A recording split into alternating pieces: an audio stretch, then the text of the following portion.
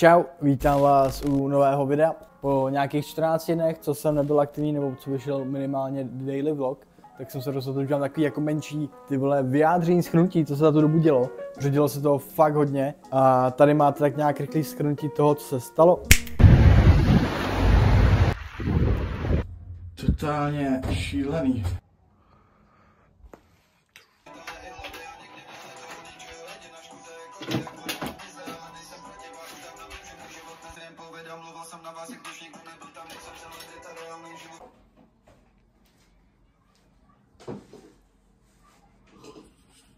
Úspěšně jsem rozmontoval největší část tady našeho bydlení a zítra už je velký den, zítra to všechno naložíme do dodávky a stěhujeme se do nového bydlení, takže super, už jenom postel zítra rozložit, no, tady to se nechá takhle, tam bylo zrcadlo, tady bylo zrcadlo do šaky pryč, stůl rozložený, tohle vše, tady to se skládat nemusí a skříň vlastně sebou neberem, protože už tam jsou dvě.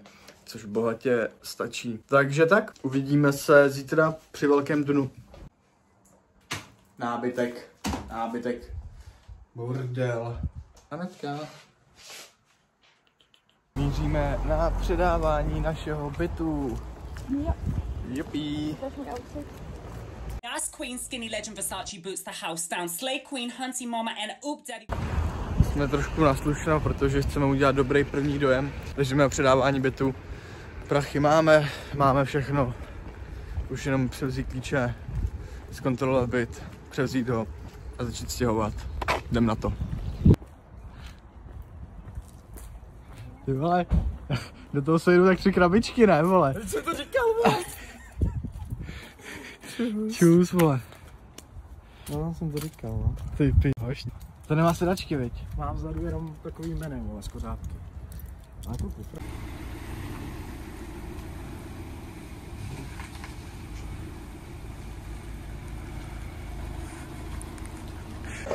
Ty vole, no, tak první krabice jsou pryč a teď čekám na dodávku. Anet mi dáme v rohu odjíždí s kámošem první krabičky a velkou dodávka a začne velký stěhování, aby vám ukážu až na úplném finále, až tam budou tak nějaký věci. Takže tak. Stěhování v plném proudu, ty vole, mám tady jebák a hroznýho postele. Dodávka je skoro plná, už mám pár věcí, ale to hotový a pak vynoslit se nahoru. 2 hodiny nošení a máme kompletně celý byt všema možnýma krabicema, skříňkama. Je tady trošku ozvěna, ale je to odnošení a teď už to jenom vybalit a bydlet, no. Pohodička, tady ten den bude ještě hodně dlouhý. Viď? Jo. Jo, jak můžete vidět, tady trošku jiný place, než kde jsem natáčel předtím. Zase to, že jsme se s Anet přestěhovali do našeho vlastního obydlí, což je za mě úplná pecka. Koukejte na to, krása střídá nádheru. Už jsme zabydlení, za týden jsme to všechno stihli, bylo to docela náročný.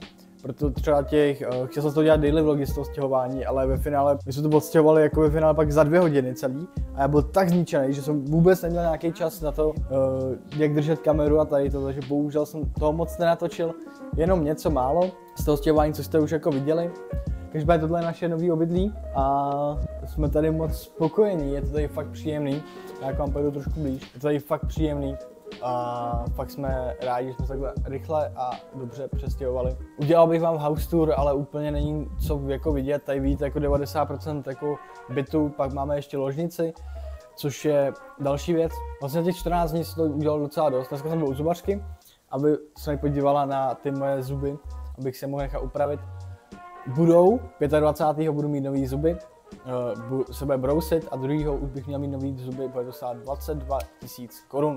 Což není úplně malá částka, ale jakoby je to taková investice do mě, no. Za tu dobu, co jsem jako tak nějak nenatáčel na YouTube, nebo nepoustoval jsem, já jsem tam dával akorát shorty z mého TikToku, aby ten kanál byl nějakým způsobem pořád jako živej, ale už je to zase 10 dní, co jsem jako nedal žádný short, protože už se mi tak nějak vyprchaly moje TikToky nebo to, co jsem měl natočenýho už jako předem. Takže jsem se rozhodl, že nový byt, spoustu věcí se mění takže je čas a teď už máme prostor na to pořád denně natáčet a dělat takovýhle moje další věcičky, což mě jako mega baví. Klasika, dneska jsem měl volno, takže jsem tak nějak ještě tady pobíhal, vařil jsem, oběděl jsem guláš a spoustu dalších jako věcí, jo. Takže opět nenatáčel jsem denní vlog, nebylo to nic extra zajímavého. Mohl jsem dělat to vybavování toho bytu, to by mohlo být docela zajímavý, ale už ho mám vybavený, tady už se dodělá jenom pár maličkostí a je to jako ready. Už teď se nám tady fakt krásně a dobře bydlí, což je za mě super.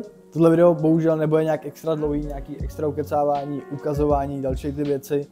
Jediný, co mě jako, já se tady trošku opřu, dělám se tady trošku pohodlný, když už jsem doma, jenom jsem vám chtěl říct takový update, co se vlastně teď dělo a co se dít bude. Já jsem ale takhle jsem hrozně nízko, co se vlastně dělo a co se dít bude. Tak vypadá, když na 120 cm, ale já sedím na židli, takže 120 cm určitě nemám. Každopádně za chvilku nás je celých 100 na YouTube, takže za to mám mega radost a doufám, že to číslo poroste víc a že tahle skvělá a budoucí a současná komunita dál poroste a bude nás tu víc a víc. A já se pokusím a budu ty videa opět vydávat aktivnějc, častějc a budou i trošku zajímavější.